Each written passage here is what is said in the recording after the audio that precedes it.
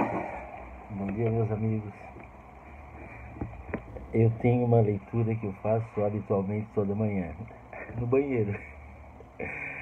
E dessas leituras eu sempre saio dali pensando sobre alguma coisa, né? Sobre o resultado, sobre as consequências daquilo, sobre o que a minha leitura traz de positivo para a minha vida.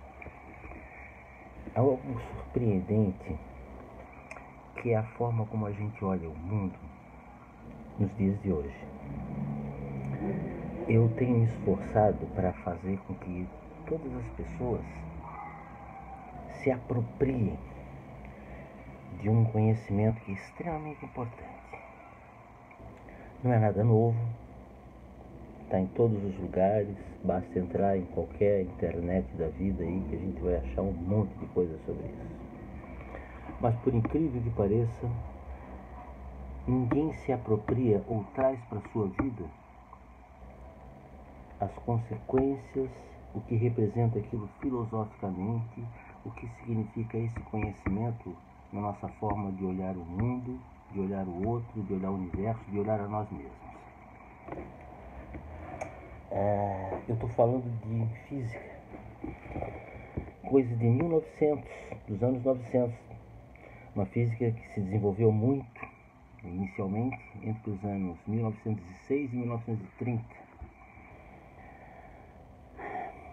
E a tal da mecânica quântica, virou um negócio até meio chato, né? Essa coisa de, quando eu falo de mecânica quântica, eu dou uma arrepiada assim.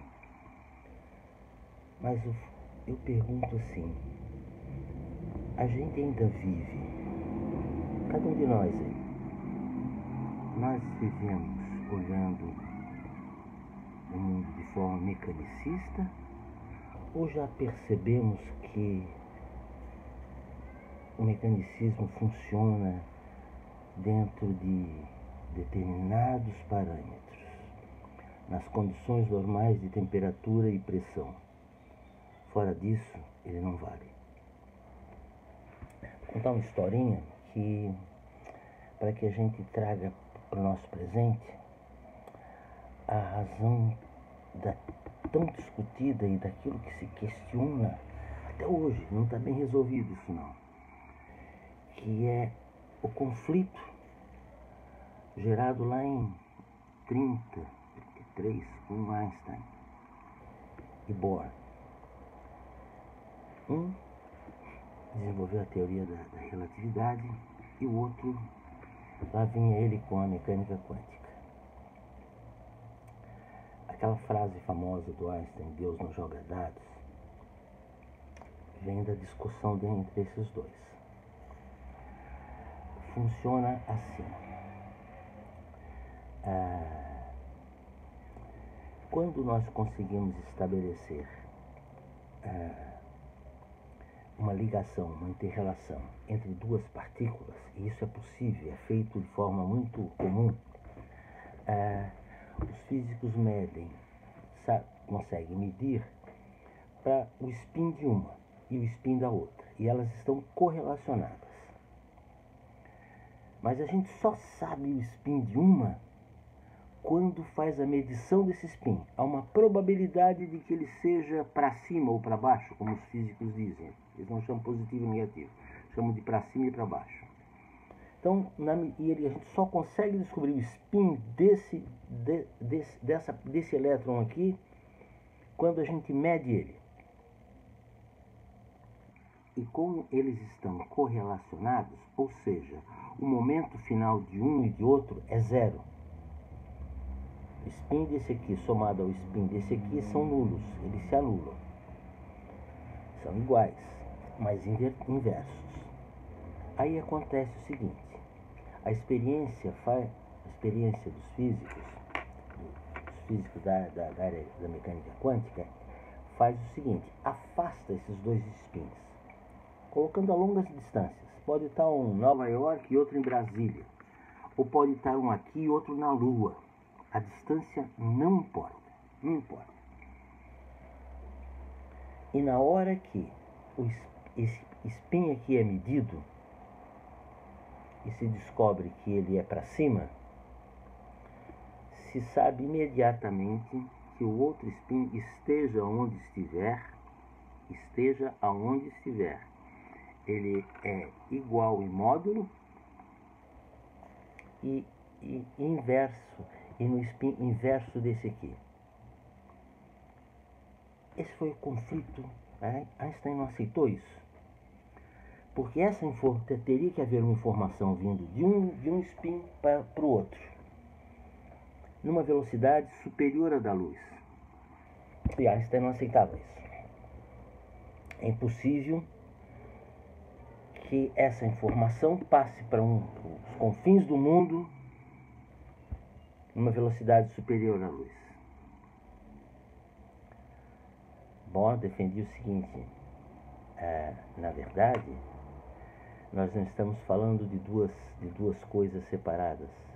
Essas duas coisas são uma só.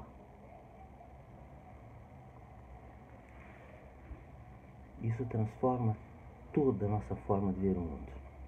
E Einstein chamou-se isso, ou seja, e aí lembra daquela experiência e da frase do Einstein de que não se joga dados?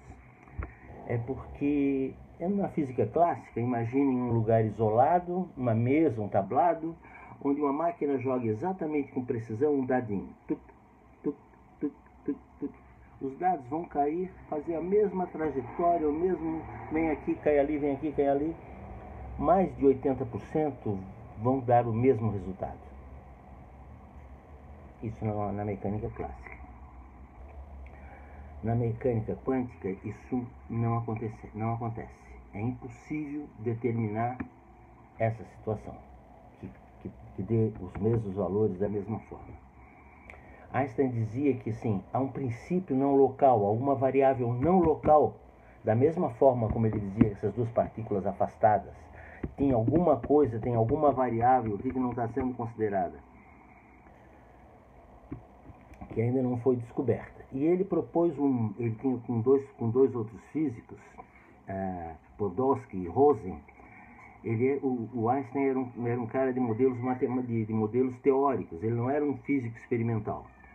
E ele com Podolsky e Rosen desenvolveram um experimento mental, que eles chamaram, tentando provar que a teoria de Bohr estava errada, que essa possibilidade não podia acontecer.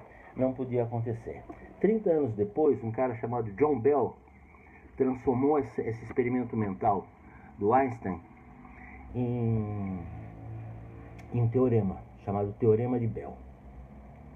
Para surpresa geral, porque se esperava que o modelo de Einstein, o gênio, fosse o quente.